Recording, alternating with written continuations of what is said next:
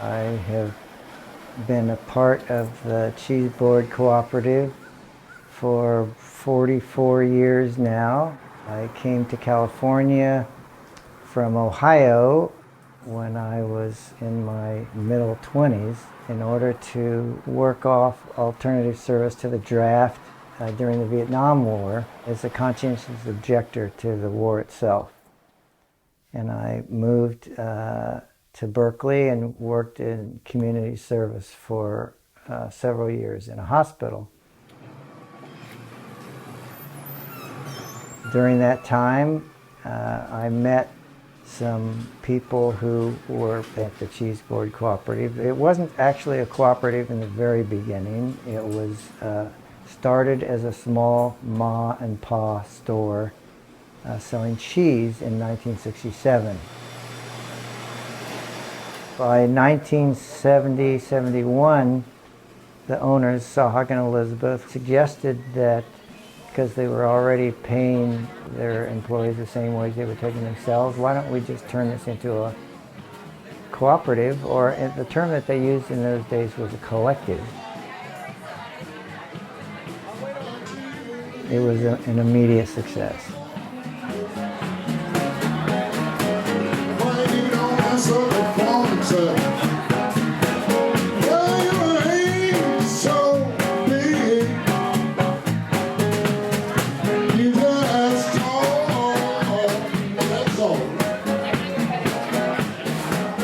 When I tell my friends I'm going to Cheese Board, they're like, "Oh my gosh, you're so lucky! Bring me back a piece." It's like a well-known place that people want to be a part of. It's like it is a community here. The Bay Area is an expensive place to live. You don't need a lot of money to come here. You can just come and sit and eat a slice of pizza. You share a table with people. You hear nice music. You know, weather is wonderful.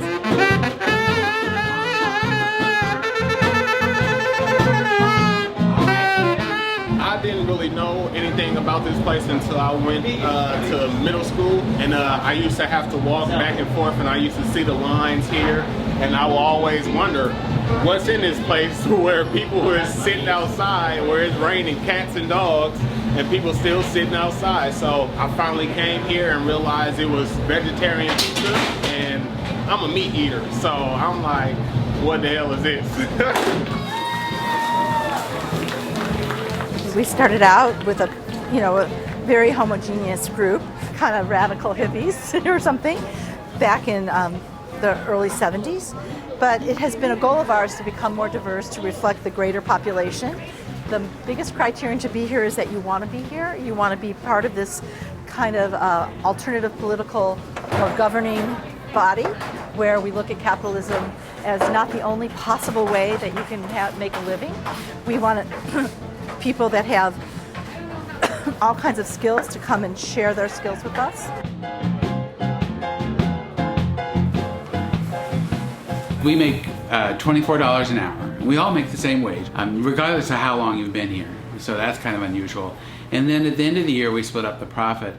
Not based on seniority, which might be, or investment, which would be the traditional way of splitting up profit, but on the number of hours each person worked. We make about in profit probably over $1 million a year. It's a lot of money if someone owned this business. It's a lot of money to me. But then we split up among 65 members. It becomes a modest amount of money for each person. And so it comes out to about another $10, $11 per hour. The Cheese Board work on a kind of an anarchic kind of model of equal pay for equal work. It's an hourly pay. It doesn't matter what kind of job you do. Usually if you come from another kind of workplace, you would see that you have an employer or a manager, and then on the other hand, you have an employee that does what the manager says. And any input that comes from the employee is kind of looked down or ignored. It's bad for the employee, it's bad for the business. And so the idea within the Cheese Board, I feel, is that all the job is equally paid, but also all the jobs are rotated. At other places I've used to work, like You do the exact same thing every single day over and over and over again. And this is so much variety, and it's super nice to just be able to learn and do so many different things every single day.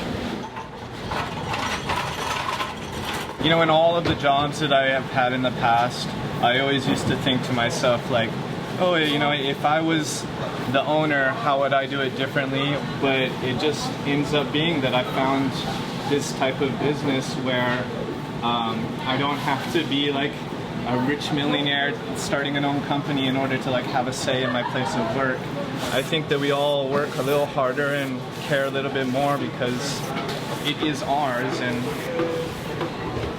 when we do well, we as individuals also get to benefit from that. And when I was a manager at a different business, I never liked punishing people or bossing people around. It's not in my personality. So it's a better fit for me personally to be in a workspace that's non-hierarchical and where we all just kind of make decisions as a group for what's best. There are so many places I've worked where I was one of the few people of color, and the people who were in charge were often white men. And I think there's something about that that sets the tone of who has power and who doesn't. One thing that's been really good about working here is that the way the structure is set up, everyone is equal. So even though it might feel like the power isn't necessarily shared completely equally, it is so much better than other places. And you know, I'm an immigrant and a woman of color, and this is one of the most empowering places I've ever. I've spent 28 years in food service. I've never had paid time off, never had healthcare paid for. They've never had it covered for me. And that I was able to get healthcare from day one.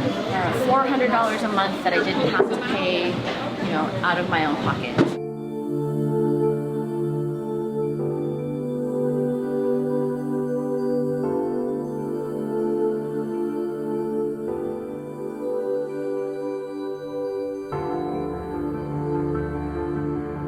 We allow people to be flexible with their schedules. I guess the majority work around 40 hours, 35 to 40 hours. But if people need less or more, they have a proposal ready for the group at the monthly meeting, and then people are usually nice. And the reason is always the same, because you will never know what life brings to you.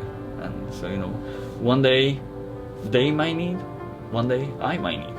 You know, like for example, 5-6 years ago, I was working like 50, 60 hours because, you know, I was single and no kids, and I was like, I want to do this, my business, more money for me. And now I have a son, so I would like to spend more time with my son, so I try to work 35, 40 hours, and so I can spend more time with when my son grows up. That's all.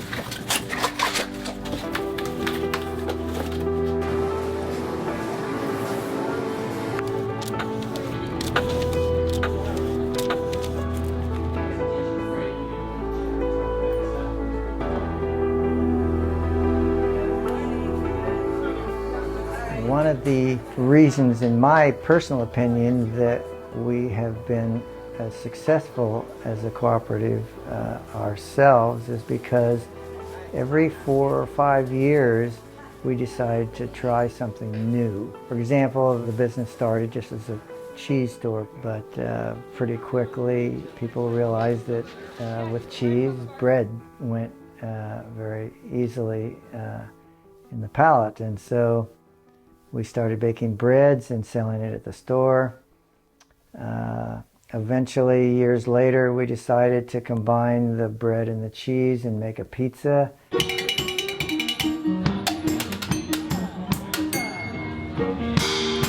We decided that even though we didn't want to continue to keep getting bigger and bigger and bigger, we would try and duplicate ourselves. We basically franchised ourselves with the idea of starting another cooperative that would have the same kind of rewarding life and community building aspect that we have found. We called it the Arizmendi Cooperative because of the name of a famous Spanish priest who started a cooperative movement in Spain, which we admired greatly. There are 5 different bakeries, all called Arizmendi in the San Francisco Bay Area. Cheese Board was the original co-op, and we approached them and we said, we'd like to start new businesses based on your model. Would you support us in doing that? And they were incredibly generous in helping, providing recipes, providing training, allowing their name to be used, and they still maintained their membership since then. In the United States, there's been, among progressive people, there's been very much a perspective that small is beautiful, and that's the only thing that you should do. Becoming big is a problem. And for us, we kind of think that if you're only small, then you're also marginal, and you're not really helping out with larger social needs. So we wanted to find a way that co-ops could stay small and serving their immediate community, but network such that they could have an effect on the overall society. In the last decade or so, we've seen a great increase in interest in using the cooperative business model for workers to empower themselves in the economy. In fact, just last year, the U.S. Congress passed a law called the Main Street Employee Ownership Act that directed the federal government to make technical assistance in financing available to people who wanted to use worker cooperatives as a business model. We're excited about this because just like in many places across the globe, in the United States, we are experiencing increased inequality. We certainly recognize that many people feel that they're losing their place in the economy.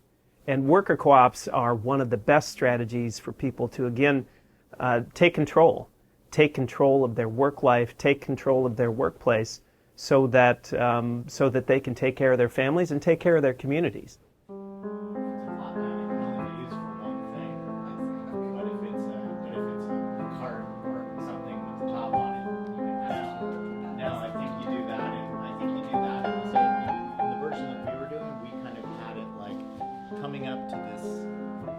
Even though we are attempting to build the idealistic community in which to live, and we're working hard to do so, and we're sharing all of the things that we have to offer, we're still made up of people that are human beings that have their flaws.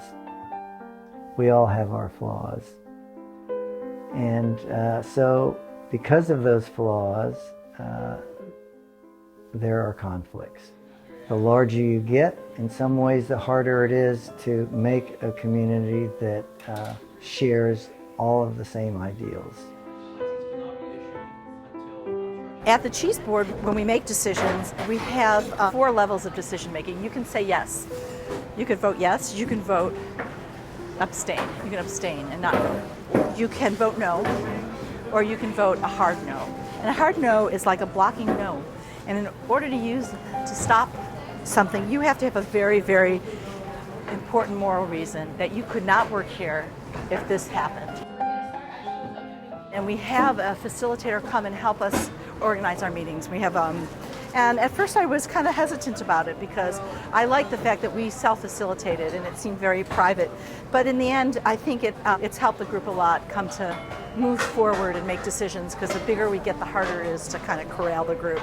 I'm not a worker owner, so I don't have a stake in the decisions. Like, I never care what decision the group makes. I care that the group makes the best decision for the group. Sometimes I think the role I can bring is to bring the outside perspective of, oh, do you remember 4 years ago when you didn't have this? And do you remember all the work you did to get this? And when I first came in, the cooperative was pretty big, not as big as it is now. But it was using a lot of the practices from when it was smaller, and they didn't meet the needs of the bigger co-op. And what I've gotten to see over the span of 7 years is the co-op really get a better sense of what are our needs now. I think they've come to the realization we need more structure than we had, and we need more things written down to refer back to than we had. And then I get to help them to meet those needs. And it's really beautiful to see. Yeah.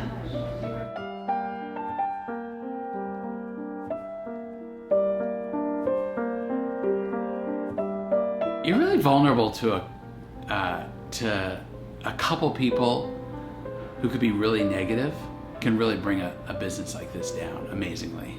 I think that's a problem to confront also. And the more committed people you have, the more successful you can be too. So you're somewhat at the mercy of the constellation of people that you put together. As opposed to a traditional business, you just fire the ones that don't work out. It's harder for a cooperative. So I think that's something we learned.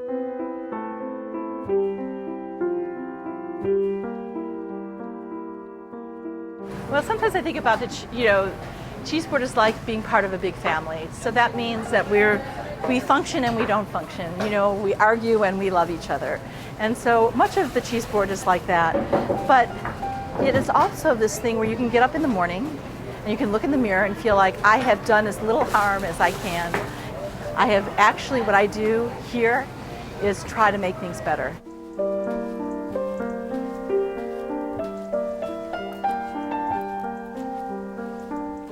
I can't say in a big way necessarily what I believe and what kind of society I want to live in.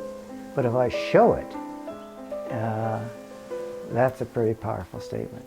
And that's why I'm still at the cooperative after 44 years.